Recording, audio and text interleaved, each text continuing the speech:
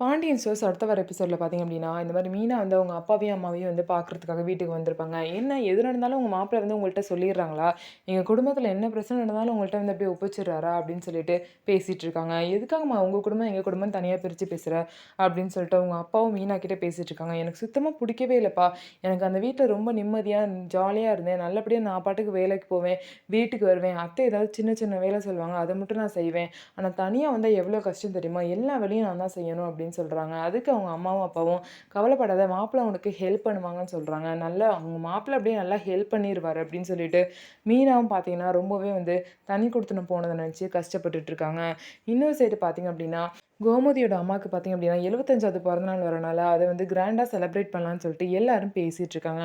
அப்பதைக்கு பார்த்தீங்கன்னா, பழனி, சுகன்யா எல்லாமே பார்த்தீங்கன்னா, அவங்க வீட்ல தான் இருப்பாங்க. அப்போ வந்து பழனி வந்து பழனிக்கிட்ட "நீ என்ன செய்ய போற?" அப்படின்னு சொல்லிட்டு கேட்பாங்க. இவன் என்னத்த செய்ய போறான்? இவனே அந்த டெலிவரி வேல பார்த்து, பார்த்து நம்ம மானத்த வாங்கிட்டு இருக்கான் அப்படின்னு சொல்லிட்டு சக்திவேல் வந்து சொல்றாங்க. உடனே என்ன டெலிவரி வேல தானே பண்றேன். என்னமோ குடிச்சிட்டு ரோட்ல கிடக்குற மாரி இப்படி பேசுறீங்க அப்படின்னு சொல்லிட்டு பழனியும் பார்த்தீங்கன்னா, அவங்கள எய்த்து கேள்வி கேட்பாங்க. இதுக்கு பின்னாடி பார்த்தீங்கன்னா, சுகன்யா தான் இருக்காங்க. சுகன்யா தான் இந்த மாரி என் புருஷன வந்து டெலிவரி வேலைலாம் பார்க்க சொல்றாங்க. ரொம்ப கொடுமை பண்றாங்க.